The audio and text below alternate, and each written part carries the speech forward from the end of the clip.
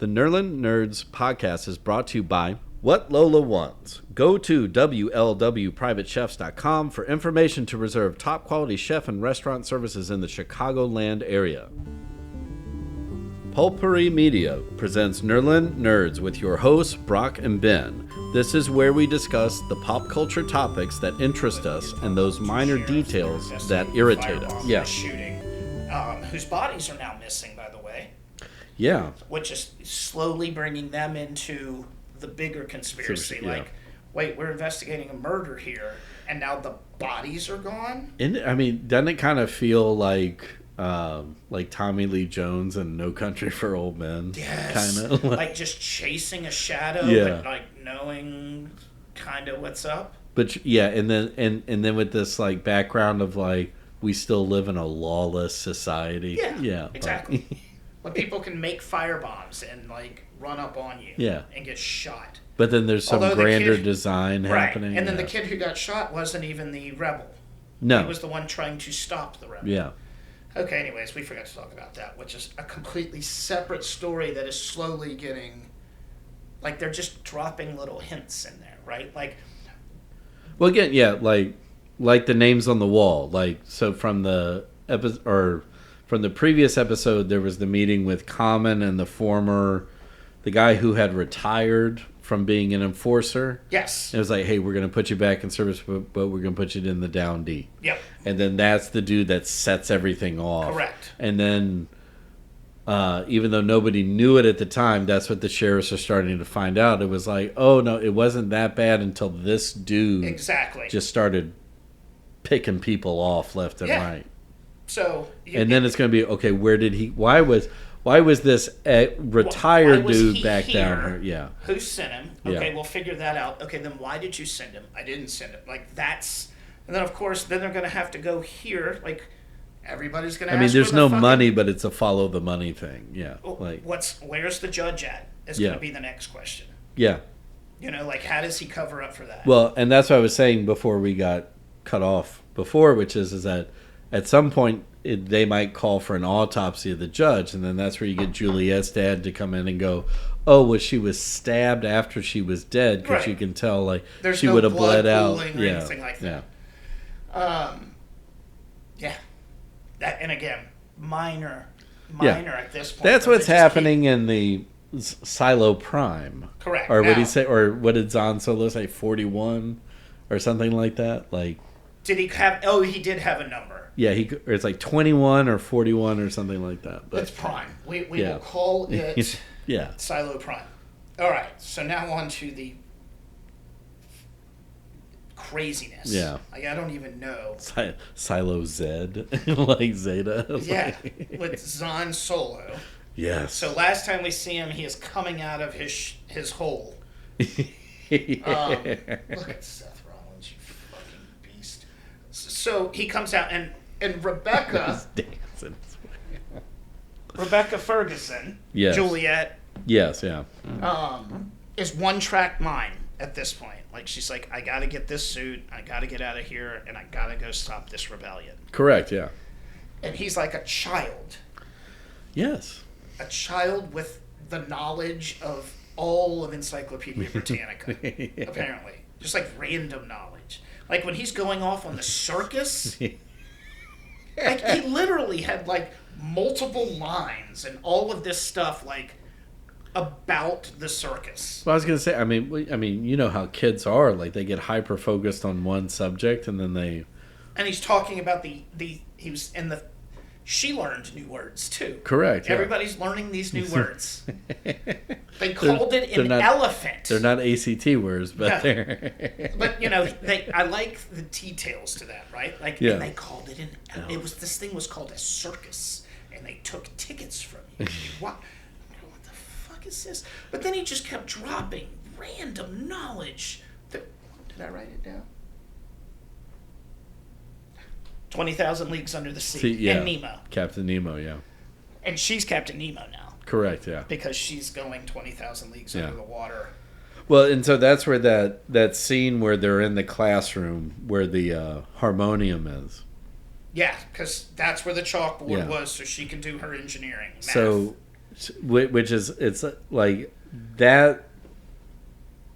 Part of that sequence was just so fascinating to me when he starts talking about the sweater, and how an old classmate of his had that sweater, and you realize like she's not understanding the time gap here. No, she's she thinking. Asked him. She was like, "This is classroom B. Yeah. How was she your, Right. She doesn't know he's been in there alone for like 30 years since he was a kid. Yeah. Yeah. But it doesn't dawn on her. But it was just, and it still doesn't all the way through. Yeah. But it's a beautiful way of presenting that. That's why I kept saying he's like a child. Yeah. Like when he's playing the music and all he's like is, hey, look at me, look at me, look.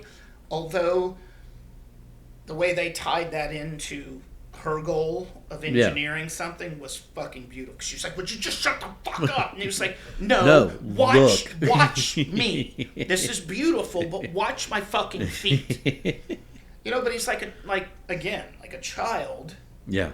Who doesn't know how to use his words. Well, and then he gets in the idea that he didn't lock the door. And then it's like, well, I gotta go. I gotta leave. Again, that OCD because that's all he knows. And then he's freaking. I shouldn't have let me go.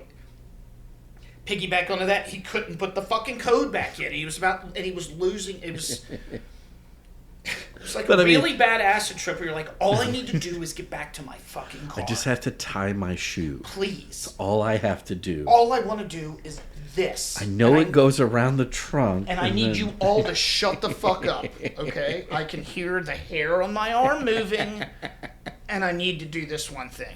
Like, that's him. He's just don't look at me. Don't look at me. Uber focused.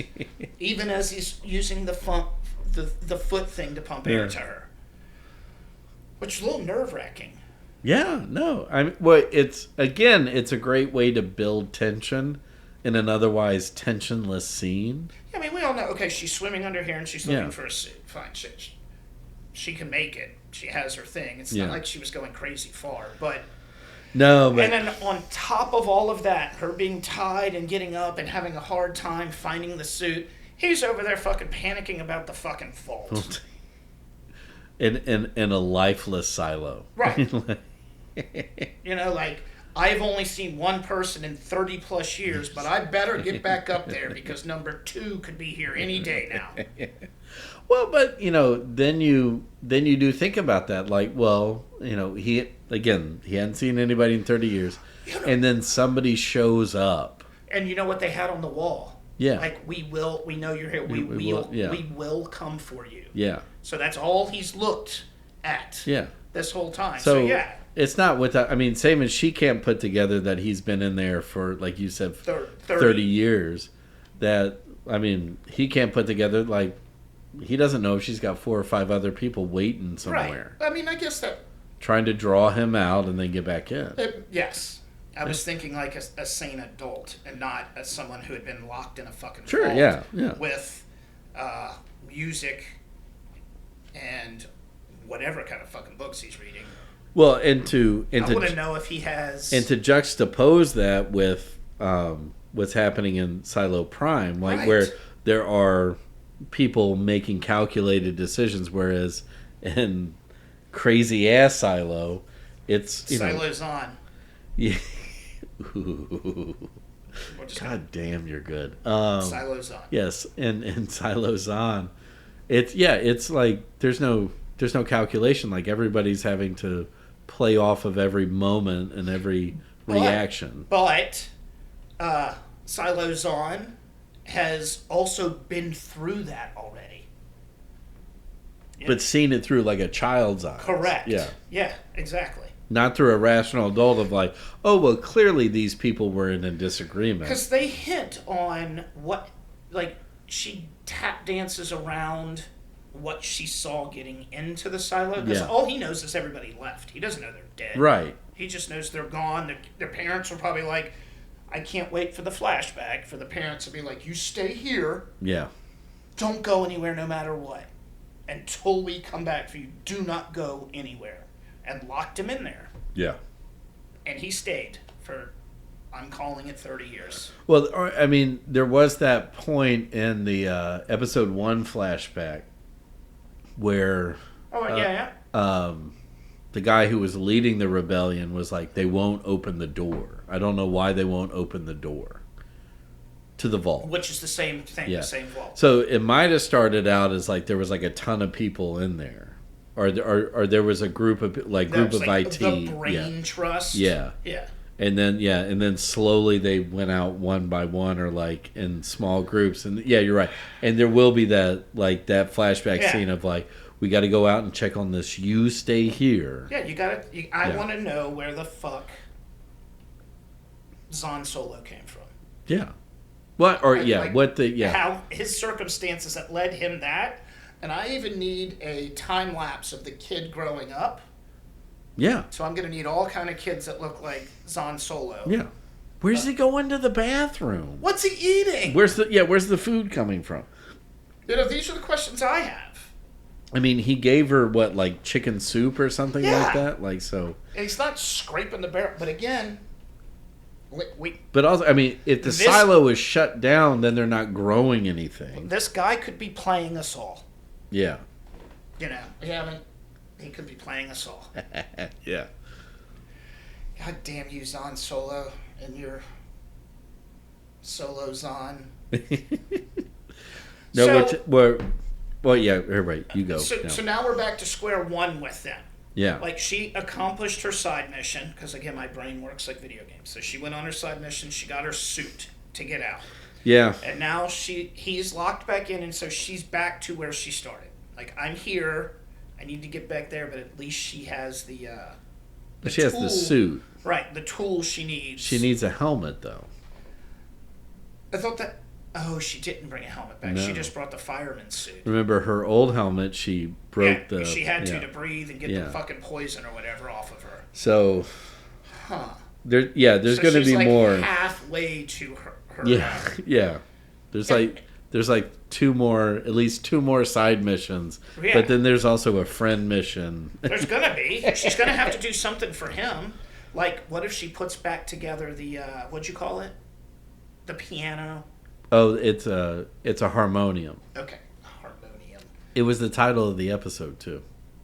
Really? Yeah. I never look at the titles of episodes until after the fact. Well, my thing now is like she's eventually going to get to the point where she doesn't want to leave him. Oh, of course. There, so they're going to have to find another suit, another helmet, that's what's going to lead them to the tunnel. Yeah, because we have now heard about this tunnel multiple times. Yeah. And even though Silo Zane is flooded, there's still got to be a tunnel down there, right? Yeah, you just and you if just it gotta is get the flooded, door. how come it's not flooding the other silo? Well, no, remember the other silo, or it's like down where dude found the door is underwater. Oh, you're right. Okay. Yeah. So everything's underwater. Could be. Man. At least between those two. Then she's onto something, man. She's got somebody needs to buy stock in her scuba gear. Yeah. It was got to, yeah. But so I mean, they're gonna have to figure out how to make the hose longer or empty the water. Which she could do as an engineer. She could figure out a pump system. Well, I love that she's an engineer too, because she could figure it. She could MacGyver that shit. But yeah, it's just the one thing I was gonna say, since we're coming down on the last couple of seconds here, is that I love what Steve Zahn is doing with his career of playing small parts, but doing them so well. Like, I still go back to Bad Ape and War for the Planet of the Apes. Yep. And again, one of those that was a voice, and you're like, I know that fucking voice. Like the beginning of Silo. Yeah. And I was like, I know that. And then you said it, and I went, you motherfucker. But my favorite role was, so there's Happy Texas. You remember that one? It's him and Jeremy. The following segment has been brought to you by Whatever Lola Wants. Go to WLWPrivateChefs.com for information to reserve top quality chef and restaurant services in the Chicagoland area. The Nerla Nerds podcast is a production of Pulpery Media, produced and edited by Ben Grimion, marketing by Brock Ryder, graphic design by Beck Ryder and Ben Grimion, music by the Heisenberg Compensators.